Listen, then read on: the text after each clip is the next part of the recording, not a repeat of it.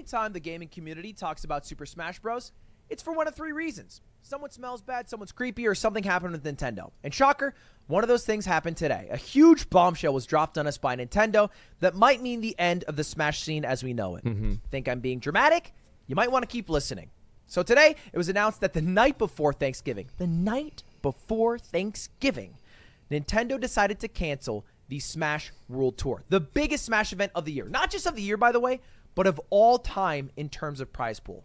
$250,000 for Melee and $250,000 for Ultimate in prizing. That's $500,000. I don't understand why they do this.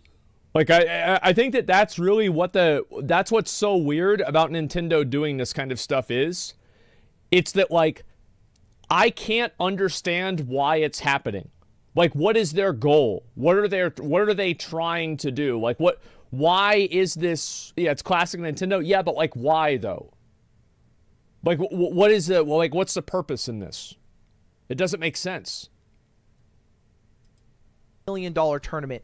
It's huge. And that was supposed to happen in 2 weeks, the same weekend as my chess boxing event, which is December 11th. It's not about that, but just remember that fact. Anyway, it was canceled. Why was it canceled? Well, we'll get into that. It's a little more nefarious than you would think, but first we need to talk about the people who organized. You guys want my opinion? I think that if you make a game and you release it to the public, people should be able to make a tournament about it, and you shouldn't have a say in it. If you put something out and you release it to the public, there's a certain amount of agency that you lose. If you want something to be out in the public and be in the public space and make money in it and everything like that, I think that you have to give up a little bit of agency. Is there property? Well, it's not. No, it's not though, because it's like a digital thing. So like, it's not really property. It's not real. So it's about an idea. So yeah, kind of their intellectual property. Yeah, I just disagree with that. I don't like the. I think that intellectual property in the way that it exists in our culture is way too overreaching, and it functions more as a barrier to innovation rather than an enabler to innovation. Smash World Tour, VG Bootcamp. Now, you might know them because you've seen some of their events, or because you've seen Gimmer, who is famously bald, or because you've seen a video about 10 people getting really upset about the ice climbers, which I uploaded, and it's one of my most viewed videos, and I stole all the footage from VG Bootcamp, so thank you to them. I appreciate you guys paying a semester of my college tuition.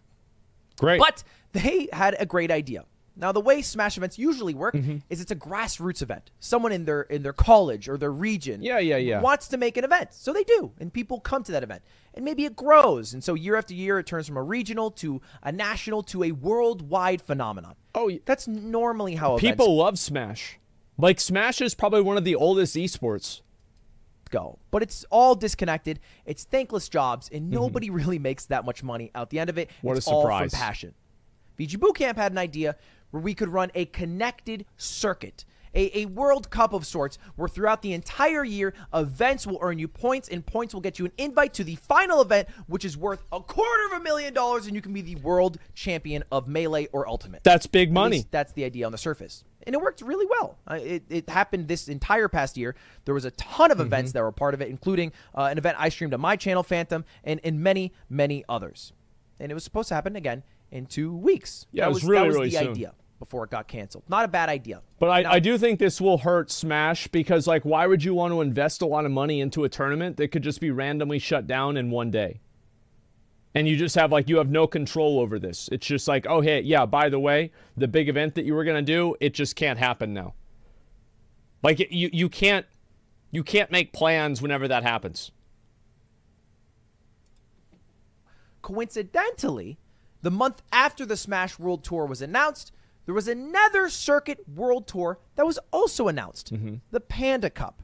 Now, this was created by Panda Global, who you guys might know as an esports team that is mainly rooted in Smash and fighting games as a whole. Yeah. These are some of their players. These are some of their fighting game players. These are some of their influencers.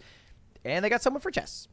And that's Panda. Panda is run by Dr. Allen. This is going to be important because he's done some things that I find to be a bit nefarious. Wait, he's actually a doctor. Allen has been running Panda also wanted this utopian idea of a connected event, a circuit that would include everybody and would create a grand champion at the end. Now, I would argue it's not a bad thing for a community to have 2 World Cups, World Tours, whatever you want to call them. It's just more Smash to watch, more Smash to enjoy. Now, this event, again, was announced a little bit after the Smash World Tour, but it hasn't been canceled. It has no plans to be canceled. Why? Well, their event is officially licensed by Nintendo. Now, on the surface... I mean, here's the thing. Is that if you know that Nintendo has this type of a problem, and you know Nintendo randomly shuts down events, and you don't get licensing, and your event gets shut down, and you invested hundreds of thousands of dollars into this, and again, I don't agree with this system. I think that if you put your video game out there to the public should be allowed to make a third-party event about it that doesn't have anything to fucking do with you, and you shouldn't even have a say in it, in regards to tournaments at least. I think intellectual property laws in this country are massively fucking overreaching, and it's ridiculous. It's reductive. However, that's not the world that we live in. And the world that we do live in, you should have looked for a fucking license. You might just think to yourself, well, okay, Nintendo licensed this one, but didn't license this one. It's Nintendo back at it again. They just don't understand the community, and they decided to go with one event, even though they should have gone with both. Yeah, sure. Now, it's not a shocker that Nintendo would cancel an event. It's happened many times in the past. Yes, usually to large public outcry that sometimes... You know, I saw Connor Eats Pants. He said on Twitter that Nintendo is like your old grandma who makes you great cookies and she loves you, but she's also racist. And it was probably the best tweet that I've seen in the last year. But it was actually, it was so fucking good, man. It's perfect. Their decision. But this is not as simple as let's just tweet out #SaveSmash and pray that somebody at Nintendo catches up on this and then reverses the decision. There's, again, things that are a little seedier at play here. Okay. So this event was submitted, the Smash World Tour, April 9th for review to be licensed by Nintendo. Because the way that running tournaments work is that the people who created the IP, the publisher, the developer, they own the rights to broadcasting that game. Yes. So it's happened in the past where maybe people stream God of War a bit too early in Australia and they get banned. Yeah, so basically, like, for example, like, they gave me a copy of, like, Elden Ring before Elden Ring came out. I didn't play it or do anything with it, but they did that whenever I was part of their event. And the event where I went through, and it was, like, all the other guys playing it. And, like, I even got this blanket out of the event. Look at this. Look at this. Elden Ring, they sent me this. It's nice. It's keeping me nice and warm and comfy. And so, Rubius had this shit happen with Sonic. I don't even know where you get one of these. And so, yeah, it's one of the only ones. And so, yeah, basically, I did this event, and obviously, like, they were like, please don't show this, please don't show that, etc. Like, they never really threatened me with anything, but, like, they could do that if they wanted to. Rubius had his shit taken down, and, like, here's what's really scary about how overreaching this kind of stuff is that they can retroactively remove consent. So, like, what that means is that, for example, if you stream a game and you think that it's okay, and they say that it's okay, they can turn around, like, maybe 6 months later or a year later and say, wait a minute, no, we're actually not okay with this, now we're going to sue you for it. This is what happened to PewDiePie. Whenever PewDiePie had the bridge situation, there was a game developer that said that they were going to retroactively DMCA all of his videos, even though he had prior consent from them to broadcast those videos. Yeah, as I said, this stuff is, it's massively unfair. And as I said, I hate this shit. But anyway, like, yeah, these are what the rules are, though. Like, I hate the rules, but those are the rules. Well, they can do that. They own the IP. They decide who gets to broadcast that. The same thing happens with tournaments. If they don't want you to run a tournament, they can say no. And the way it's worked for 20 years is that we have kind of just run tournaments and done our own thing and got no help from Nintendo.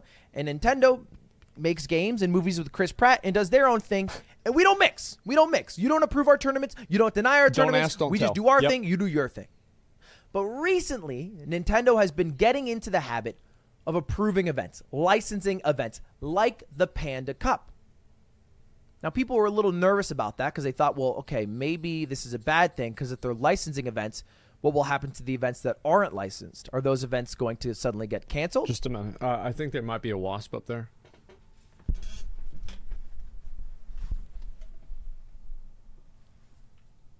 Son of a bitch. I'm gonna go up on me. I'll fucking kill you. I'm gonna kill you. Oh, man. Come here, bitch. You're gonna see what happens today. That's what I thought. All right, no. It's good. It wasn't a... Yeah, no, it wasn't a... All right. I'm going to go back just like 10 seconds. Now, people were a little nervous about that because they thought, well, okay, maybe this is a bad thing because if they're licensing events, what will happen to the events that aren't licensed? Are those events going to suddenly get canceled? I think it stands to reason to expect that to happen. No, we thought back in the day when we were young and naive. But it turns out that the answer might just be yes. Any event that's not licensed by Nintendo might just get outright canceled. And the licensing process, according to this Medium post by the leaders of VG Bootcamp, the leaders of the Smash World Tour, seems nightmarish. Now, they had gotten in conversations with Nintendo as early as January of 2022 to approve their event for December that same year and for their entire Smash World Tour. I don't think that's as crazy as Ludwig is making it out to be.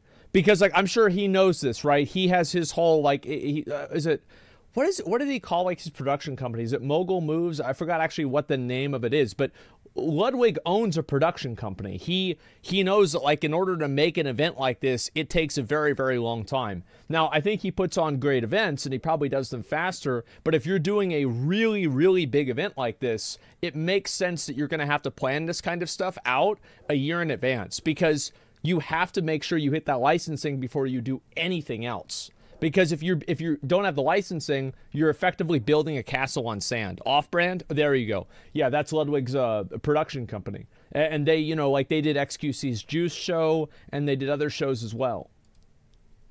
Their entire circuit. They sent the proposal on April 9th. Again, they did not hear back on that proposal until 7.5 months later, the night before Thanksgiving. Mm-hmm. Right? And so what was happening in the meantime? Why were they taking so long to reply when they were able to so quickly approve the Panda Cup? Yeah. Well, apparently what was happening is Alan, the CEO and co-founder of Panda, was going around to different tournaments that were meant to be a part of the circuit, different regional organizers, and saying, hey, just so you guys know, you guys are organizing an event and it's supposed to be part of the Smash World Tour. I would not personally do that, because that event is going to get shut down, and they're not going to come back in 2022 at all, which is kind of a weird thing to do. How would Alan have this information when the leaders of VG Bootcamp were literally talking to Nintendo execs directly, and those Nintendo directs or execs reminded them that Nintendo is not shutting down anything unless it infringes on IP with game mods, and that the Panda CEO does not represent Nintendo, and that Panda's license is not exclusive, so we can have multiple circuits at once. I think that's really bad to go around and say that to people. Like, that's really bad. I can't see a positive with doing that. Because, like, even if he was telling people the truth, selectively only telling certain people that information is worse too. Yeah, it's like this is like a very light form of the same idea that insider trading is. I'm not saying it's insider trading. I'm saying it's the same idea. And that Nintendo's goal is not to gatekeep or trap the community, and that the license guidelines would be accessible and clear. They seemed to be very, very forthcoming, in almost in a shocking move. Easy to work. It's very surprising with Nintendo that they said this. They just explained it like, oh, okay, all right, great. Work with. What a phrase. Nintendo, easy to work with. It was a surprise, but it was a huge confidence boost. So they decided to go ahead with their event, even though Alan was doing these kind of weird things. Now, the way it was meant to work Better? is that, Okay. again, you would pull from these grassroots events, and those would grant points to people who went to them, and the more points you get, the higher chance you have of getting invited to the final event at the end of the year. That's how both circuits work. Now, the Smash World Tour said, hey, any event can be considered a Smash World Tour circuit event, and you can earn points at it. We don't care if it's also a Panda Cup event. The Panda Cup originally was like, you know what? We want all of our events to be exclusive. We want to make sure that every event that's part of the Panda Cup is not a part of the Smash World Tour. And so Alan, the CEO, was going around to event organizers and guaranteeing them that the Smash World Tour one is going to fail and that it would be a mistake not to go with the people licensed by Nintendo. Some implications there. Which, to be fair, is that's... Like, I think that it would be fair to say that you shouldn't go with the people that are licensed by Nintendo, but him going and doing that as the person who has a vested interest in making all this happen and knowing things ahead of time, that's what's really weird. That if they weren't that's really bad. Panda, that maybe their event would even get shut down. Now, this didn't end up working because many events declined Panda because there's really a lot of community and trust that's built over decades. So people stayed with VG Bootcamp. So Panda had no choice but to double dip and change their rules. And they'd say, you know what? If it's part of the Smash World Tour, it can also be a part of ours. Okay. Now, because Panda Global is like really not that big of an org, right? Like they're not super popular. Like they're big, they're known, but like they're not massive, right? So of course there's not going to be as many people that want to go and be part of an event for like a smaller organization. Dino, thanks for 5 subs. This all on the surface seems pretty fine, okay? Maybe a little bit dog of Alan to go behind people's back like this. Yeah, but here's where it gets, in my opinion, fucking terrible. Now, one of the largest streamers of Smash events is Beyond the Summit. These guys stream Smash Summit. They stream dozens and dozens of other tournaments. And Panda saw that they had rights to stream those events. The CEO of Panda also wanted broadcasting rights as a part of the deal for events on the Panda Cup. So basically, not only would the event be on the Panda Cup, we also want to be able to broadcast it in some fashion. Beyond the Summit owns the broadcasting rights because they give the ad revenue back. They have a deal with the people who they work with. They end up giving them a better cut than if you were to stream it by yourself, as well as getting more viewership. And Beyond the Summit was like, well, hey, we're not going to give you the broadcast rights for free. So, no, we're not just going to give you that. Okay. The CEO of Panda escalated things and made a variety of threats to Beyond the Summit, including threatening to shut down their entire Smash operation in 2023 if they did not join the Panda Cup. Wow. Beyond the Summit held firm. They said, fuck that shit. Yeah, that's really bad because that makes Nintendo look bad as well. This is, that's really, really, really bad. The CEO of Panda warned them that they would get Nintendo involved. My dad works at Nintendo, says Alan. Ironically, yeah. Will seriously mess your shit up if you don't work with us. You have to work with, you have to be my friend. Beyond the Summit holds strong. Now so basically this guy tries to blackmail them into giving him free media rights for it, and then whenever they don't do it, he threatens to shut them down by using the company that they're working with as a tool for leverage. Oh my god. That's so bad. I have full confidence that the words of Beyond the Summit are true because I've worked with this team to make projects like Mogul Money or even Juiced. And just today, one of the co-founders of BTS tweeted out, Alan spent several months running a protection racket, telling TOs, including Beyond the Summit, it'd be a shame if your event got shut down for being unlicensed, in an effort to scare them into signing on to the Cup. Not just signing on to the Cup, but signing on exclusively and also giving broadcast rights. Wow. Now, this was basically all shoved out of the way and quieted. Wow. That is some fucking, that is some Game of Thrones shit. Yeah, Smash Godfather. Oh my god. It would be a shame if something bad were to happen to your event. Yeah. You know, your event gets some broken legs, you know, just, you never know what's going to happen to your cousin. Like, oh my god. And people were like, Alan, you're being nuts. Stop threatening that. None of this is actually going to happen. We care about our community, not just about making your event better. And that all seemed fine and dandy.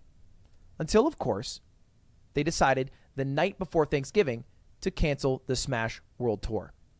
And the cancellation to me is crazy because there was radio silence between Nintendo and VG Boot Camp for months until they finally hit them up and said, hey, this is the end. You guys will not be sanctioned. As a last-ditch effort, I'm just going to read this here. They asked if they could continue to run the championship and the tour next year without a license and shift the focus to doing a professional thing in 2024. Yeah. Because in the past, for the past 20 years, the way it's worked is, again, Nintendo stays in their own lane. We stay in our own lane. You don't approve events. You don't deny events, but we are able to coexist. Exactly. Yeah. Yeah. It's just that we pretend like we do not exist, and then everything is fine.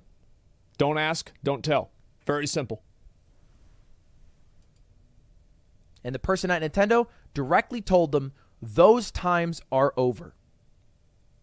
There is no longer a way to run Smash events unless they are licensed by Nintendo directly. We are not talking... And that's... The thing is, like, that is kind of okay in a way that, like, if they want to make sure that all the events that they run are licensed, but it's not okay if one person has a monopoly over being able to license the events. That's what the difference is. So, like being able to license events and saying that you can't run an event unless it's licensed, that's fine. However, then going and saying only these small, this person who is clearly shown to be a meddler, let's say, and, you know, this is, again, Smash Godfather shit. This person now has the exclusive rights to do broadcasting. That's what's bad. It's unfair for Nintendo to say because licensing events are literally impossible. Well, they're clearly not impossible because the other guys were able to do it. Of course, they can do it. It's just harder to do. Talking about an event this time that has mods being used, like what happened with the Big House about a year ago. We are not talking about an event that has anything nefarious attached to it. We are just talking about a plain old Smash event that got canceled, in part, it seems, because someone at Panda, a.k.a. Alan, was strong-arming a connection he had Nintendo to shut... He might not have even been strong-arming them. He could have been feeding them wrong information. Or he could have known what would make them think that it's bad. Like, he could have said, like, oh, they're using modded game files or something like that. So, like, I don't know if it was, like, really a power play as much as it could have just been something that's being misrepresented in a big way. I think there's a good chance that's the case. Down any event that was not his own. It's almost like a video game villain who wants to tear down the world so he can rebuild it for his own because he sees this utopia where we have this beautiful circuit, the Panda Cup, the final... No, it's not a utopia. It has nothing to do with that. It's because he has exclusive ownership over it. That's why. Is that if you can clear out all of your competitors and be the only person who can get a license, you make all the money. So, of course, he's going to want to clear out all of his competitors because that way he makes all the money. It's common sense. One true say where everyone will go to compete, and then at the end of the year have the true Super Bowl, and no one else can compete with him. Right. But the way he's doing it is by shutting down everybody else along the way, which to me is insane. Now, Alan has not yet replied and spoken out about this. He's receiving a lot of trash on Twitter. Look, I always say this, but don't feel a need to join in on that. You can wait to see what Alan says first. All right, after we saw the Doom situation, it's never good to jump the gun on attacking people online. That's true, and that's the same thing with the Bayonetta thing as well, and people had talked about that. So it's always good to hear his side of things, but this seems incredibly damning, especially whenever you have other people. The difference with the Doom situation and the Bayonetta thing is it's one person's word versus somebody else's. But this seems to be a common thing where multiple people have said that this guy told them not to do these events. So it's not like, oh, one person just started, you know, saying this bullshit. Like, there are multiple points on the graph here. So, I mean, yeah, obviously, like, I'm never going to say, like, oh, somebody deserves hate. But I certainly don't think they deserve any support if they're doing this. Like, it's really bad. And I think that they deserve as much community resentment as they get, because what they're really trying to do is they're trying to co-opt a community event, monetize it, and then have a monopoly over that monetization and over the creation of additional events. Like, this is absolutely something that's bad for the community, and I don't think there's anything wrong with people expressing how much they don't like that. Yes, of course, you shouldn't tell somebody they should kill themselves. You shouldn't go and threaten somebody, of course. But I'm not going to say that you should not be able to express how you feel about this, because it affects everybody. You can't just go and fuck everybody over and then say, oh, I'm getting hate for this. Get the fuck out of here. There's people that probably lost their job because of this. This altered their life. And all of the Smash players, this completely changes the way that they compete. It changes the way that they can make content. It changes everything about their life. So, like, whenever you go and you do something and it has a fucking 100-person ripple effect, you can't go and complain that people are criticizing you for throwing the rock in the pond. Don't fucking do that if you don't want to see people that get pissed off about the ripples. It's so annoying. But for the info and in the receipts and the people who I trust who have spoken out so far, I hate that shit. This is fucking huge news and devastating news for the Smash scene as a whole. What does it mean for me? Am I going to be able to run a Smash event in the future? Every single Smash event I have run has not been sanctioned by Nintendo. I have just run it. As a guy who has a lot of money because he got really successful in Lucky Streaming, I just sometimes say, I want to run Smash event now. And then do it. That's what I do. Am I going to know? Ludwig comes from the Smash community. You've got to keep that in mind. So, like, before he did the content that he does now, like, he did a lot of Smash stuff also. So, like, yeah, of course, this is going to be personal for him. It's like if something like this happened around WoW. Weird flex? Well, it's not weird at all. Like, he's massively successful. He's run Smash tournaments. He's helped a lot of people. This is true. It's not a weird flex. I think people are just uncomfortable about somebody who's confident about their success. Nothing's weird about that at all. Longer be able to do that because Alan wants his universe where everyone has to be sanctioned by Nintendo and part of the Panda Cup at the same time. Yeah. If that's the case, how am I supposed to achieve my dream of running the biggest Smash event ever? How am I supposed to even run another one of those invitationals again? I might be someone who's down to take the risk because the money lost, you know, the tens of thousands in marketing or employees' times is something that I can bear to lose. But the tournament organizers, absolutely not. It's not a shocker, I assume, for you guys to hear that the people who are running the Smash events aren't exactly rich. In fact, the only way to get rich is to leave the Smash scene, something I've always known. And so there's been a few people who have spoken out on Twitter, a few of the best players in the world. I don't know about y'all, but if everything said about Panda is true, I'm done supporting them in any form. Unbelievable how many hundreds of people will be affected by this, most likely skipping Panda Cup. Fizzy tweeted out, our best resource as a community, in my opinion, is to boycott any Panda Cup event, and additionally, any event associated with Nintendo. And there's a little bit of a differing opinion from Leffen, whose opinion I trust when he's not talking about how much Jigglypuff likes to fly around. I think it's very important to prioritize making Nintendo change their minds on shutting down the Smash World Tour, and that's something I emphatically agree on. If there's one thing that needs to come out of this, sure, fine. Boycott Panda, right. I think that there needs to be consequences for effectively insider trading and trying to monopolize the space and cutting out competitors that result in people losing their jobs. I think there should be a consequence for that. I don't like this idea that it's like, yes, obviously all of the people, like, you've got to think about the event, etc. This event was planned, and like now they probably canceled the plans on the event. So there's a bunch of people that probably got, you know, like an email, or they got brought in with like the team and they said, hey, you know, you guys saw what happened. We're going to have to let all of you guys go. So like this probably already happened. Like maybe they're trying to figure it out and like work out a solution or something like this, but I don't know if that's happening. I find it to be very all the vendors and staffing. Yeah, like the sponsors are probably already pulling out because now they don't know what's going to happen. Said the contract players signed with Panda Cup are required to show up, and Charlie's working with lawyers to get one of its players out of that contract. I think that, like, really, they are required to show up, but Panda would have to sue them in order to enforce that contract. So you're absolutely right that, like, they could be under contract to do that, but it's not like if they break the contract, they go to jail. Like, at very worst, this is just going to happen to, like, you know, one person or something like that. And they're going to realize, like, Panda is not going to go and sue the players for not showing up to the event. Because if they do that, they're committing career suicide. So anybody can pull out of the event. It doesn't matter. Alan might be a contract is only good as your lawyer is. A piece. Okay, but we need to be able to run events without the approval of Nintendo, or at least have an easier process to get approval from Nintendo. If you I'll actually contrast this or compare this with Blizzard. Blizzard actually has a great process for doing community-run tournaments. Now, for under $10,000 for a tournament, you don't have to worry about really anything. You can just do your tournament and there's no problem. That's why usually a lot of our pricing is around $10,000.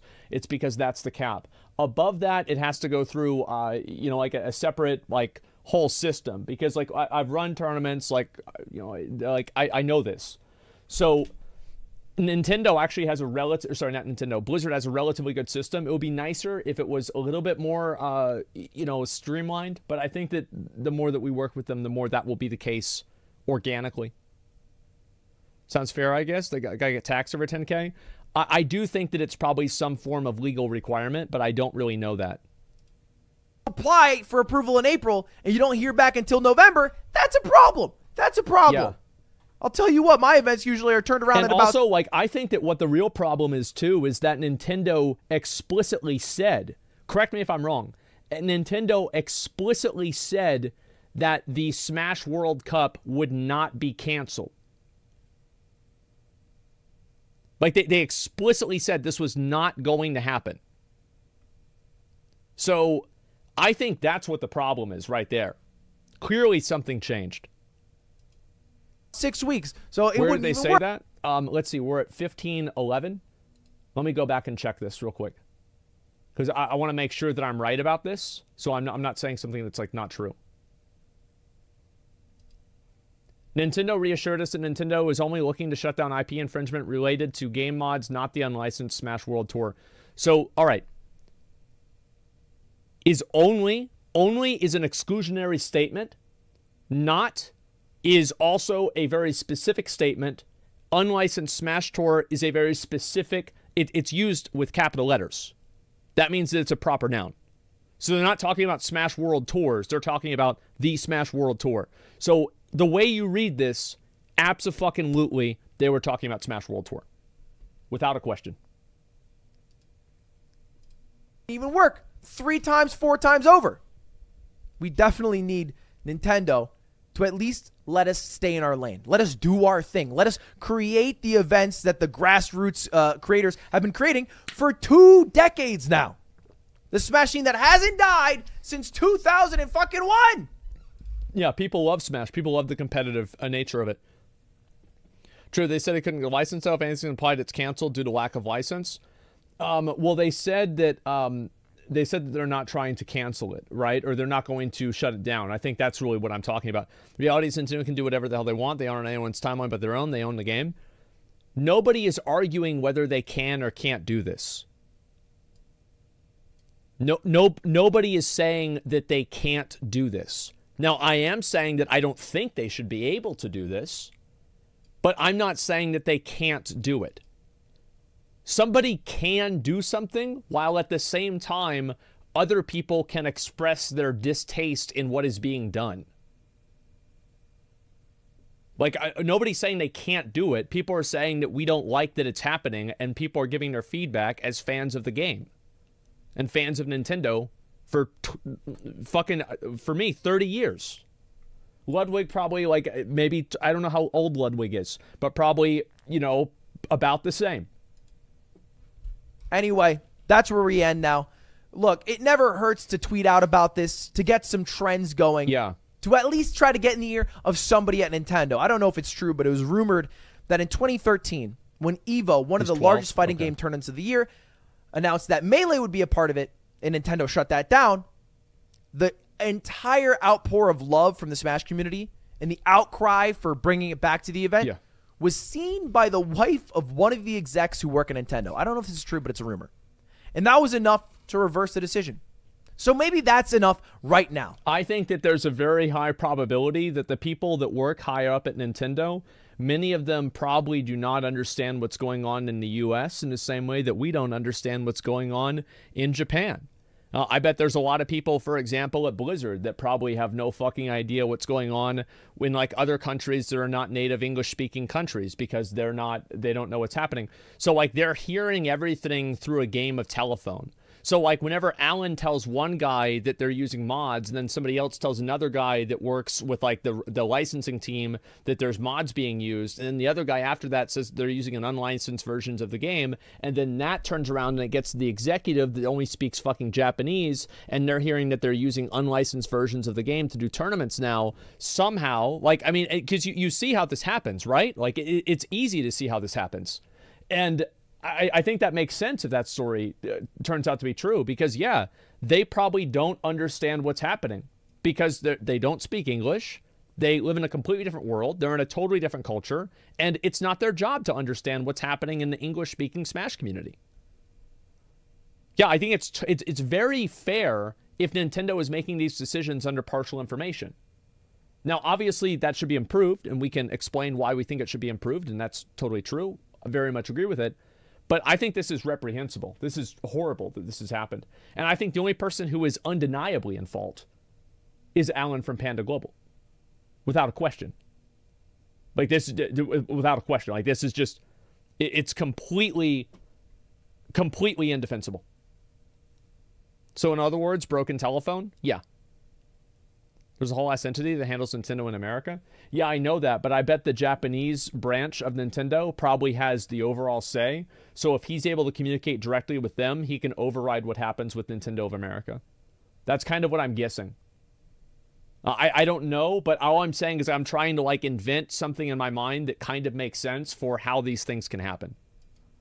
Making a loud enough voice that somebody at Nintendo with enough power hears to reverse a decision that, as far as I see, might spell the end of Smash if it's not through the all-powerful hands of Alan and Panda. And it's definitely worth noting that a lot of the people at Panda, in fact, most of the people you would know at Panda, are not at fault for this. You can't blame a player. You can't blame a social media guy, an intern. No, and that's also very true, is that most of the people that are, like, they work for Panda Global, like the social media guy that runs the Twitter, he's not in on this. You know, he's not part of the whole thing. So, like, if you're not happy with what's happening with Panda, maybe focus on the guy that's making it happen rather than just everybody there. So, yeah, it's Alan. Alan is the person who did this. I don't know how many other people were involved with him, but I know it was him. Kalash, thanks for 5 subs. For what the actions of the CEO are, I blame the CEO and the CEO alone. Again, I await to see what he says about it, but as of now, this is fucked, and I hope we're able to save Smash. That's all, boys. Huge drama. Hope it gets. I think a better way of saying this is I hope that we're able to stop Alan from killing Smash, because that's really what's happening. That's what's going on. And the thing is, like, I really think that if you do this and you want to throw the gauntlet down, that's fine.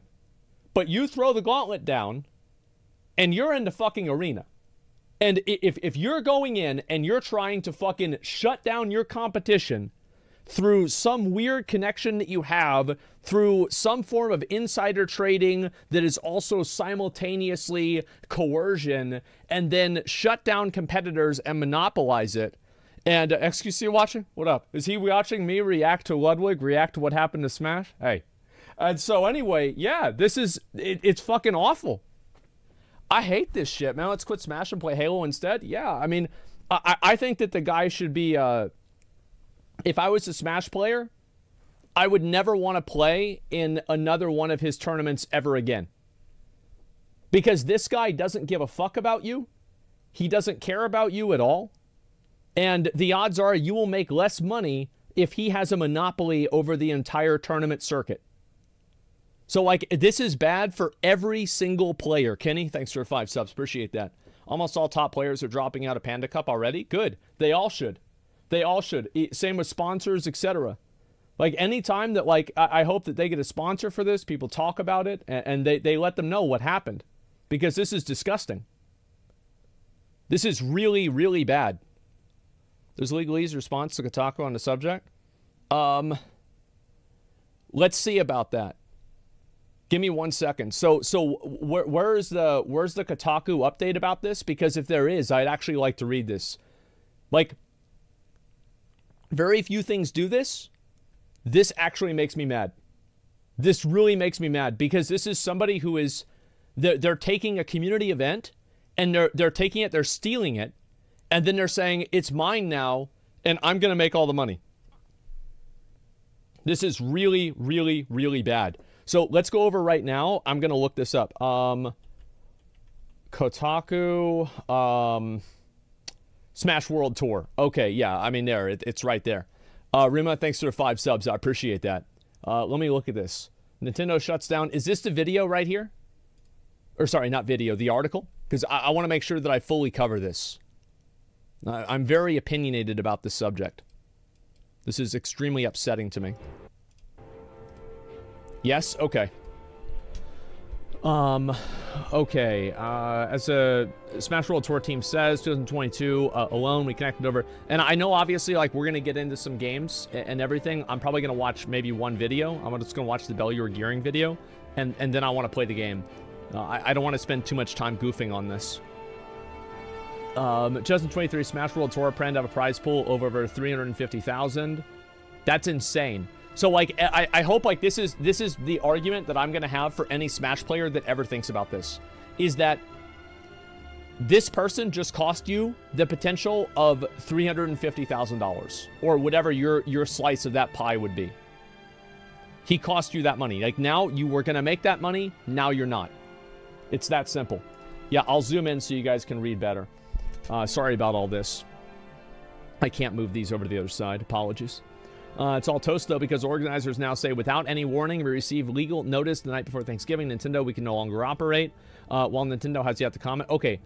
Nintendo recently teamed up with Panda to run a series of competing, officially licensed Smash events. It's not competing.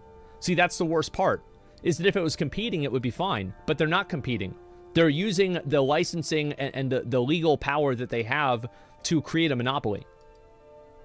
If it was competing, it would be totally fine.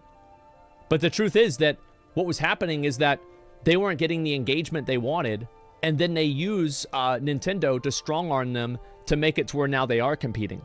That's what happened. Let's see here. We don't know where everything will land quite yet with contracts. I'm sure we'll be losing hundreds of thousands of dollars because of Nintendo's actions. Yeah, it's a lot of money. That being said, we're taking steps to remedy many issues that have arisen from canceling upcoming Smash World Tour, especially for the players. Keep an eye out in the coming days for the help with travel arrangements. Yeah, exactly. Like, they're going to have to fly people on. All attendees will be issued full refunds. Huge W for the people from Smash World Tour. The move blindsided Smash World Tour, who had believed after years of friction they were starting to make some progress with Nintendo. Wow. Nintendo reached out to us just to let us know they had been watching us build over the years and wanted to see if we're interested in working with them and pursuing a license as well. They made it clear that Panda's partnership was not exclusive, and it had not gone unnoticed that we had not infringed on their IP regarding game modifications, and it represented Nintendo's values well. So, I mean, this is obviously like him saying what happened in the conversation, so it's hard to like really know if this happened or not. But I will say this is just ridiculous. You read the full announcement below, which goes in a lot more detail. Closes with an appeal to Nintendo that reconsiders how it's currently proceeding with their relationship with the Smash community as well as its partners. Okay, this is the update. This is the one from Nintendo. Unfortunately, after continuous conversations with Smash World Tour and after giving the same deep consideration we apply to any potential partner, we were unable to come to an agreement with Smash World Tour for a full circuit of 2023. Nintendo did not request any changes to or cancellation of remaining events in 2022, including the 2022 championship event, considering the negative impact on the players who were already planning to participate. And wait, I thought they said they did. So, yeah, so Smash World Tour's organizers have disputed Nintendo's statement, issuing a follow-up of their own that reads, "We did not expect to have to address this, but Nintendo's response via Kotaku has been brought to our attention." And this is what they said. "We are unsure why they are taking this angle, especially in the light of the greater statement and all it contains. To reiterate the official statement, as a last-ditch effort, we asked if we could continue running tournaments without a license. and then shift our focus to working with them in 2024. We alluded to last year, function in any capacity, with mutual understanding that we would not get shut down in the future. We were told directly that these times were over now. This was the final nail in the coffin, given our very particular relationship with Nintendo. This is whenever we realized that truly was all being shut down for real. We asked if they understood the waves that would be made if we were forced to cancel, and Nintendo communicated that they were indeed aware. They affirmed that they had considered all variables. This is Nintendo. This statement in writing from Nintendo shortly after our call. It is Nintendo's expectation that an approved license be secured to in order to operate any commercial activity featuring a Nintendo IP. Well, that's clearly not the expectation because they were letting it happen for years. How could that be the expectation whenever you were letting it happen for so long? I don't understand. Like, this is clearly not true. Like, what are you talking about? It was also expected to secure such a license well in advance of any public announcement. I mean, again, like if this is expected, why were you saying that you had watched them in the past? After further review, we found that Smash World Tour had not met these expectations around health and safety guidelines and has not adhered to our internal partner guidelines. Nintendo will not be able to grant a license for Smash World Tour 2022 or any Smash World Tour activity in 2023. To be clear, we did not even submit an application for 2023 yet, and the license application was for 2022 championships. Nintendo included all 2023 activity was an addition that we were not even expecting.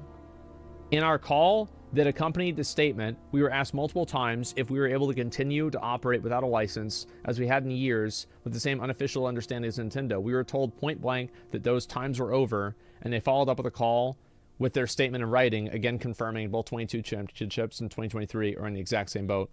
Wow. Wow. That is fucking ridiculous. Oh my god. They got shut down? Yeah. Time to lawyer up? No, they can't lawyer up. I mean, the thing is, Nintendo has the final say on it. That's the way the law works. There's nothing they're going to be able to do. Now, you could make an assumption if you had...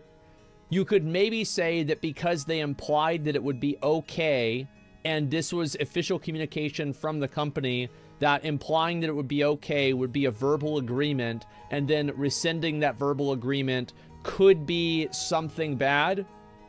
But I really don't know. Yeah, good luck suing. Yeah, exactly. Like, you're suing Nintendo. This is probably not going to happen. They're just so popular. It means nothing if it isn't in writing. Oh, yes, it does. You can't just say something and then go back on it. Verbal contracts are absolutely binding. Like, it's harder to prove them, and it's harder to enforce them, but they are binding. Holy shit, man. Verbal agreements can be withheld in the court of law. Yeah. Look up Elon with Twitter. Yeah, there you go. That's a good point. Very good point. So, I mean, I don't know. I think this is just so fucking stupid, man. It's so incredibly fucking stupid. Let me read a few comments, and then we're going to watch that gearing video, and then we're going to do some games. Hard to hold up, and Nintendo has big lawyers. No, that's what I'm saying, right? That's what I said, is that, you know, any contract is only as good as your lawyers are. Huge props for calling Nintendo out on their bullshit. Also, huge props for being able to explain the situation so completely, even though the news just publicly broke. Yeah, for sure. Alan just threw the entire community under the bus for his own needs. Something needs to be done about this. I absolutely agree. I 100% agree. Alan seems like the kind of person who would unleash a bucket of roaches in a restaurant just to get it shut down, just because they got his order wrong. No, that's not the kind of person he is. He's the kind of person who would unleash a bucket of roaches just inside of a restaurant because he also has another restaurant and he wants his restaurant to have more people in it.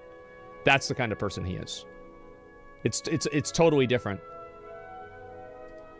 Let's see here. It's also important to know, if you want to share your opinion, definitely call Nintendo support and leave some feedback. Do be nice, though. Yeah, I mean, it would be great if we could actually, like, communicate with a real person there, rather than somebody who's, like, just putting out, like, legal information, and at least, like, express kind of how players feel. It's so sad Nintendo does this every time Smash community finally has something good going for them. So, like, listen to what Nintendo wrote here. So, has not met these expectations around health and safety guidelines, has not adhered to our internal partner guidelines. So what I'm assuming happened is that Alan communicated some sort of health and safety regulation that the Smash World Tour was not adhering to, because they explicitly state health and safety guidelines as one of the reasons. So that implies that the criticism and the thing that changed was something that was surrounding health and safety. Yeah, he did some internal bullshit. Yeah. Maybe they weren't then? Well, I don't know. I have no idea. Yeah, not showering? Well, I mean, listen, that's a Smash event, though. They could be hiding behind COVID? Yeah, exactly. Like, he could have said something like that. And he could have said, like, oh, we're adhering to COVID more. Because, like, I know in Korea, you still have to wear masks, right? I know this was the case very recently. Yes? Yes, I mean, South Korea. I'm sure North Korea, you have to wear, you know, everything that you wear, you have to wear. So, yeah, not only in Korea. What I'm saying is it's also is very strict with masks. Well, yeah, also, like, maybe it's in Japan. So, basically, I mean, Alan, right, who is also apparently a doctor, probably communicated that in some way and caused them to get their event shut down. Like, you logically, you put these pieces together. You put the piece together that they explicitly state, this is Nintendo's statement, that he's a dentist. Yeah, but he still has a background in medical stuff, right? So he would know how to communicate this in a very good way. And they explicitly state health and safety guidelines. And then Alan knew that there was something that he could use against them.